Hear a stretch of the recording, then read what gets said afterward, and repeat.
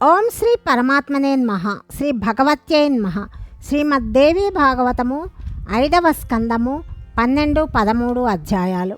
మొత్తము 5వ స్కందంలోని 14వ భాగాన్ని మనం తెలుసుకుంటున్నాము. వ్యాస మహర్షి ఇలా చెప్తున్నాడు. వాష్కలుడు మాట్లాడుటయందు ఎంతో నేర్పరి. అతడు దుర్ముఖుని మాటలు విన్నాడు. తరువాత చేతులు జోడించి మహిషాసురునితో ఇట్లా చెప్తున్నాడు. రాజా, ఈ కార్యము పిరికివారికి మాత్రమే అప్రియమైనది. మీరు ఈ కార్యమును గురించి కొంచెము కూడా చింతించవద్దు. నేను ఒంటరిగానే చెంచల నేత్రములు గల చండిని సంహరిస్తాను. నృపేంద్ర, మనస్సులో ఉత్సాహం నింపుకోండి. రాజా, నేను నిర్భయుడనై అద్భుతముగా యుద్ధము చేస్తాను. నరేశ్వర, నా ప్రయత్నముతో ఆ చండికను యమసదనమునకు తప్పక పంపిస్తాను. నేను ఇంద్రుడు, వరుణుడు, కుబేరుడు, సూర్యుడు, చంద్రుడు, యమరాజు, అగ్ని, వాయువు, విష్ణువు, శంకరుడు వీరెవ్వరికీ భయపడను. అభిమాన ఉన్మత్తురాలైన ఒంటరిదైన ఆ స్త్రీ నన్నేమి చేస్తుంది? మెరుస్తూ ఉన్న నా బాణములతో ఆమె ప్రాణవాయువు ఎగిరిపోతుంది. నేడు మీరు నా భుజబలమును చూస్తారు. అప్పుడు మీరు సుఖంగా విహరించండి. దీనికి తోడు యుద్ధము చేయుటకు మీరు స్వయముగా రణభూమికి రావలసిన అవసరము లేదు. వ్యాస మహర్షి ఇలా చెప్తున్నాడు. ఈ విధంగా అభిమాన ఉన్మత్తుడైన వాష్కలుడు మహిషాసురుని ఎదుట తన అభిప్రాయమును చెప్పాడు. దాని తరువాత దుర్ధరుడు ఆ రాక్షసరాజుకు ప్రణామాలు చేసి ఇట్లా పలుకుతున్నాడు. మహారాజా, దేవతల ద్వారా నిర్మింపబడిన ఆ దేవిని నేను ఓడిస్తాను. 18 భుజములు ధరించి ఆ సుందరి ఇక్కడకు రావటానికి ఏదో ఒక కారణమున్నది. రాజా, దేవతలు రచించిన మాయయే ఇది. మిమ్మల్ని భయభీతులను చేయుటకే ఈమె ఇక్కడకు రావడము జరిగింది. ఇది కేవలము భయపెట్టటానికేనని తెలుసుకోవాలి. మీ మనస్సు నందలి మోహమును వదిలిపెట్టండి. భూపాలక, ఇది రాజనీతి. మంత్రులను గురించి కొన్ని విషయములను చెప్తాను వినండి. ఎంతోమంది మంత్రులు సాత్విక రాజస స్వభావము కలిగి ఉంటారు. వీరే కాక కొంతమంది తామస ప్రవృత్తి కూడా కలిగి ఉంటారు. దానవేశ్వర, ఈ జగత్తునందు మంత్రులు 3 విధాలుగా చెప్పబడతారు. సాత్విక స్వభావము గల మంత్రులు తమ సమస్త శక్తులను ఒడ్డి స్వామి కార్యాన్ని సఫలం చేస్తారు. వారి మనస్సులలో స్వామి కార్యమునకు కొంచెము కూడా వైరుధ్యం ఉండదు. వీరు ధార్మిక మంత్రశాస్త్రములందు పారంగతులై పండితులై ఉంటారు. ఏకాగ్ర చిత్తులై తమ కర్తవ్యములందు లగ్నమై ఉంటారు. రాజస గుణములు గల మంత్రుల మనస్సులలో ఎప్పుడూ భేదభావములు ఉంటాయి. సమయానుకూలముగా వాళ్ళు కార్యమును సాధిస్తారు. స్వామి కార్యము చెడిపోయిన వీరు లెక్క చెయ్యరు. ఏదో ఒకప్పుడు శత్రువుల ప్రలోభానికి లోనైపోయి విరోధుల పక్షమున కలిసిపోతారు.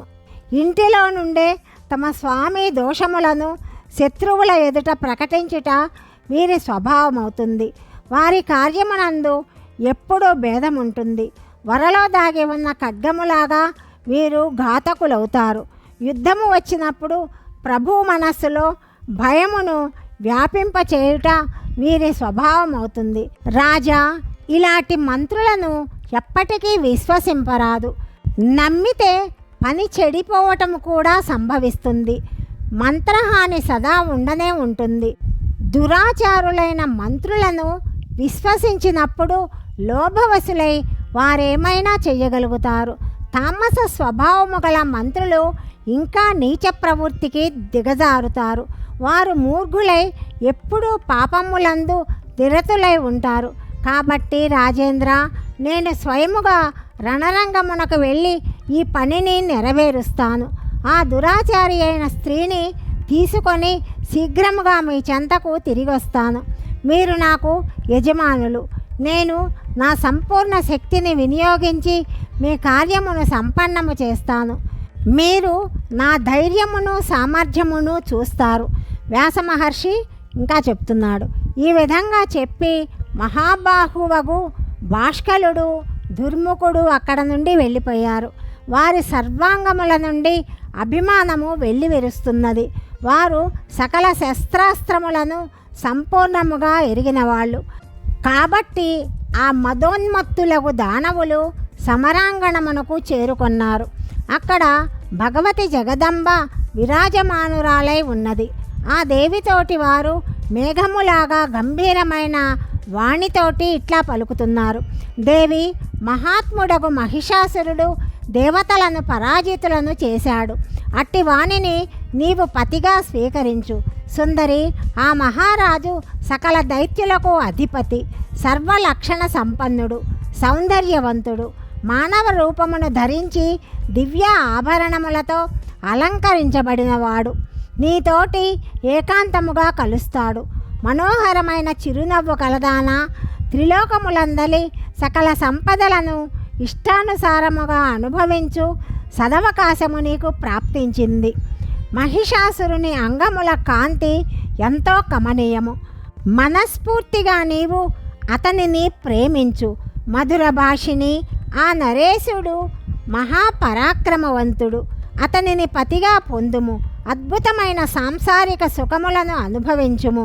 వాటిని పొందటానికే కదా స్త్రీలు ఆశపడుతూ ఉంటారు. అవి నీకు అనాయాసముగా లభిస్తున్నాయి. శ్రీదేవి ఇలా పలుకుతున్నది. ఓరోరి ధూర్తులారా, కాముని పిడికిలిలో బంధింపబడిన జ్ఞానశూన్యురాలైన అబలగా నన్ను మీరు అనుకుంటున్నారా? మహామూర్ఖుడకు మహిషాసురుని నేనెట్లా సేవిస్తాను? సత్కుల సంజాతలైన స్త్రీలు కులశీల గుణములతో సమానమైన పురుషునే ఉపాసిస్తారు. రూపము, చతురత, బుద్ధి, శీలము, క్షమ మొదలైన వాటి యందు స్త్రీ కంటే కూడా పురుషుడు ఎంతో ఉన్నతుడై ఉండాలి. ఈ మహిషాసురుడు పశు శరీరమును ధరించి ఉన్నాడు. వీడు పశుజాతి కంటే కూడా నీచుడు. కామ పరవశురాలై దేవరూపిణియగు ఏ స్త్రీ కూడా ఈ పశువును పతిగా వరించాలనుకోదు. మీరు తక్షణమే మీ రాజు దగ్గరికి వెళ్ళిపోండి. భాష్కల దుర్ముఖులారా, తల మీద పెద్ద పెద్ద కొమ్ములు గలవాడిని, ఏనుగులాగా దుమ్ము ధూళితో కప్పబడిన నీ స్వామి అయిన మహిషాసుని దగ్గరకు వెళ్ళండి. అతనితో నా మాటలు ఇట్లా చెప్పండి. నీవు పాతాళమునకైనా వెళ్ళు, లేకపోతే ఇక్కడికి వచ్చి నాతో యుద్ధమైనా చెయ్యి.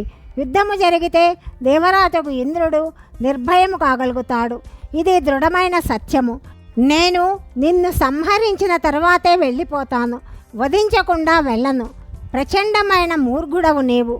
ఈ నా వచనాలు ఆలోచించి నీ ఇష్టం వచ్చినట్లు చేసుకో. నీవు 4 పాదములు గల జంతువువి. నా సమక్షమున విజయుడవు కాకుండా ఏ మూలనున్నా కూడా పృథివీ యందు కానీ, పర్వత గృహల యందు కానీ, ఆకాశమునందు కానీ ఇంకెక్కడా నీకు చోటు దొరకదు. వ్యాస మహర్షి ఇలా పలుకుతున్నాడు. భగవతి ఇట్లా చెప్పగా భాష్కల దుర్ముఖ దైత్యులిరువురు కోపంతో వణికిపోయారు. వారి నేత్రములు బైర్లు కమ్మాయి. ఆ వీరులిరువురు ధనుర్బాణములను చేతపట్టి యుద్ధ సన్నద్ధులయ్యారు. భగవతి జగదంబ గంభీరముగా గర్జన చేసి నిర్భయముగా విరాజమానురాలై ఉన్నది. కురువంశమునకు వన్నె తెచ్చు మహారాజా, ఆ దానవులు తన సంపూర్ణ శక్తిని ఉపయోగించి దేవి మీద బాణవర్షము కురిపించసాగారు. దేవకార్యమును సఫలము చేయుటే ఆ దేవి లక్ష్యము. వీణులకి ఇంపుగా గర్జన చేస్తూ ఆ దేవి వారి మీద విస్తృతముగా బాణవర్షము కురిపించటానికి ఉద్యమించింది. ఆ దైత్యుల ఇరువురిలో భాష్కలుడు ఎంతో చంచలుడు. అతడు వెంటనే యుద్ధభూమి యందు భగవతి ఎదుటకు వచ్చాడు. అప్పుడు దుర్ముఖుడు దర్శకునిలాగా దేవి వైపే దృష్టి సారించి నిలబడ్డాడు.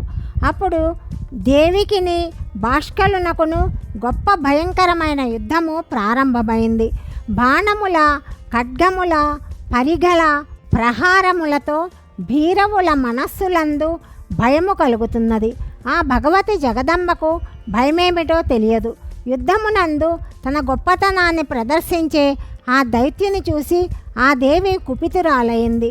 పదునైన భయంకరమైన 5 బాణములను ఎక్కుపెట్టి వానిని చెవుల వరకు లాగి ఆ దేవి భాష్కలుని మీద ప్రయోగించింది. దైత్య శ్రేష్ఠుడైన భాష్కలుని చెంత కూడా అట్లాంటి పదునైన బాణములున్నాయి. తన బాణములతో దేవి శరములను అతను ఖండించాడు.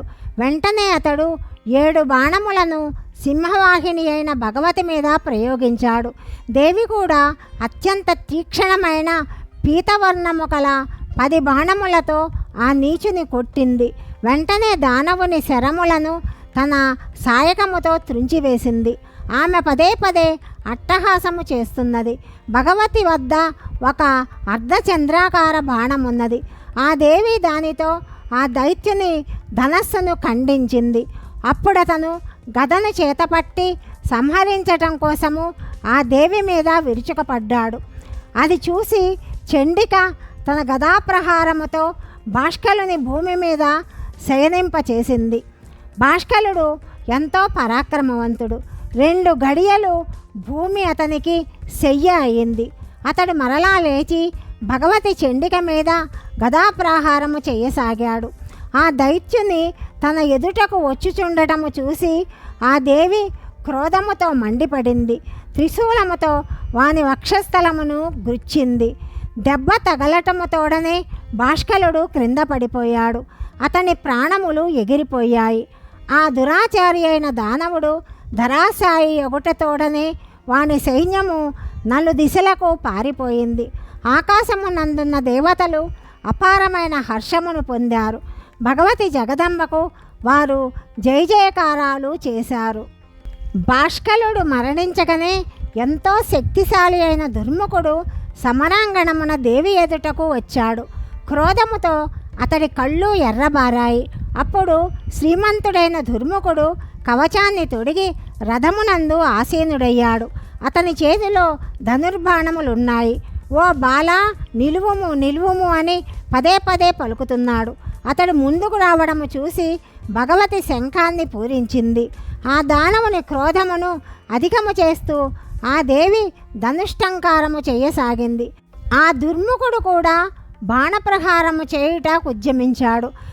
అతని పదునైన బాణములు శీఘ్రగాములై విషధర సర్పములాగా భయాన్ని గొలుపుతున్నాయి. భగవతి మహామాయ తన సాయకముతో అతని బాణములను త్రుంచివేసి గర్జింపసాగింది. రాజా, ఇప్పుడు ఇరువురి మధ్య భయంకరమైన సంగ్రామము ప్రారంభమైంది. బాణ, శక్తి, గద, ముసల, తోమరాది శస్త్రాస్త్రములను వారిరువురు ఒకరి మీద ఒకరు ప్రయోగిస్తూ ఉన్నారు. ఆ సమయమున యుద్ధస్థలమునందు రక్తపు టేరులు ప్రవహిస్తూ ఉన్నాయి. ఆ రక్తపు టేరుల తీరములందు వీరుల మస్తకములు తెగిపడి ఉన్నాయి. యమరాజు యొక్క దూతలు ఈత నేర్చుకోవడానికి కుంభీ ఫలములను ప్రోగు చేశారా అన్నట్లుగా తెగిపడిన మస్తకములు కనిపిస్తున్నాయి. రణరంగమంతా శవములతో నిండి ఎంతో భయంకరముగా ఉన్నది. వాటిని తినటానికి తోడేళ్ళు మొదలైన క్రూర జంతువులు ఆ స్థలానికి వచ్చి విరుచుకపడ్డాయి. నక్కలు, కుక్కలు, కాకులు, గ్రద్దలు, డేగలు ఆ దుష్టదానవుల కళేబరములను పీక్కు తింటున్నాయి. మృతదేహముల నుండి సహింపరాని దుర్గంధము వెలువడుతున్నది. మాంసమును తినే జంతువులు గట్టిగా అరుస్తూ భయంకరమైన శబ్దాలు చేస్తున్నాయి. అప్పుడు దురాత్ముడైన దుర్ముఖుడు కోపంతో వణికిపోతున్నాడు. మృత్యువు అతని వివేక శక్తిని నాశనము చేసింది. తన భుజములను పైకెత్తి అభిమానముతో వాడు ఆ దేవితో ఇట్లా అంటున్నాడు: చండి, నీ అవయవములన్నీ కూడా ఎంతో సుందరములు, కోమలములు. సుందరి, మదిరా పానము నదరించిన మత్తుడైన దానవేశ్వరుడు మహిషాసురుని సేవించడానికి నీవు అంగీకరించు, లేకపోతే నేడే నిన్ను మృత్యువునికి ఆహారంగా చేస్తాను. అప్పుడు దేవి ఇట్లా చెప్తున్నది: ఓరి, నీ తల మీద మృత్యువు తాండవిస్తున్నది. నీవు మృత్యువుతో మోహితుడవయ్యావు కాబట్టే ఇష్టం వచ్చినట్టు ప్రేలుతున్నావు. భాష్కలుని పంపినట్లే నిన్ను కూడా నేను యమసదనమునకు పంపిస్తాను. మూర్ఘుడా, పారిపోతే పారిపో, లేకపోతే ఇక్కడే ఉండు. నీకు మరణించుటే అభీష్టమై ఉన్నట్లుంది. మొదట నీ ప్రాణములను హరించే మూర్ఘుడైన మహిషాసుని చంపటానికి ఏర్పాటు చేసుకుంటాను. దుర్ముఖుడు మరణించటానికే ఇక్కడకు వచ్చి ఉన్నాడు. భగవతి చండిక మాటలు విని వాడు ఆ దేవి మీద భయంకరమైన బాణవర్షము కురిపించసాగాడు. దేవి తన మార్గముల ద్వారా దుర్ముఖుని బాణములను త్రుంచేసింది. ఇంద్రుడు వృత్రాసురుని మీద వజ్రమును విసిరినట్లు ఆ దేవి ఆ దానవుని మీద గట్టిగా శరాఘాతము చేసింది. అప్పుడు భగవతి చండికకు దుర్ముఖునకు భయంకరమైన పోరు జరగసాగింది. దాన్ని చూసి పిరికివారి గుండెలు జారిపోతున్నాయి. శూరవీరులలో ఉత్సాహం అధికమవుతున్నది. దేవి ఎంతో వేగముగా దుర్ముఖుని ధనస్సును ఖండించేసింది. ఆ దేవి 5 బాణములతో దానవుని రథము ముక్కలు ముక్కలు చేసింది. రథము విరిగిపోగా మహాబాహు ఒక దుర్ముఖుడు ఎదురులేని ఒక గదను చేతపట్టి కాలినడకన భగవతి వైపుకు దూసుకొని వచ్చాడు. తన శక్తినంతా ఉపయోగించి సింహము తల మీద కొట్టి దానిని గాయపరిచాడు. మహాబలి అయిన సింహము గదాప్రహారము చేత వ్యాకులతను చెంది కూడా తన చోటు నుండి కదలలేదు. గదను తీసుకొని ఎదుట నిలబడి ఉన్న దుర్ముఖుని భగవతి చూసింది. జగదంబ తన పదునైన ఖడ్గముతో కిరీటముతో సహా వాని తలను ఖండించి మొండెము నుండి వేరు చేసింది.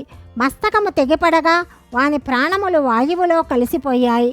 వాడు భూమి మీద పడ్డాడు. దేవతలు ఆనంద పరవశులయ్యారు. వారు ఎలుగెత్తి జయ జయ ధ్వనులు చేయసాగారు. వెంటనే దేవిని స్తుతించుటయందు లగ్నమయ్యారు. చాలామంది దేవతలు ఆకాశము నుండి ఆ దేవి మీద పుష్పవృష్టిని కురిపించారు. వారి నోటి నుండి జయ జయ ధ్వనులు వెలువడసాగాయి. యుద్ధవ్యూహమున దుర్ముఖుని జీవనలీల సమాప్తమయ్యింది. దీనిని చూసి ఋషులు, సిద్ధులు, గంధర్వులు, విద్యాధరులు, కిన్నెరల ముఖములందు ఆనందము తాండవిస్తూ ఉన్నది. అధ్యాయము 12, 13 సమాప్తము. 14, 15 అధ్యాయాల గురించి తదుపరి భాగంలో తెలుసుకుందాం. సర్వం శ్రీకృష్ణార్పణమస్తు.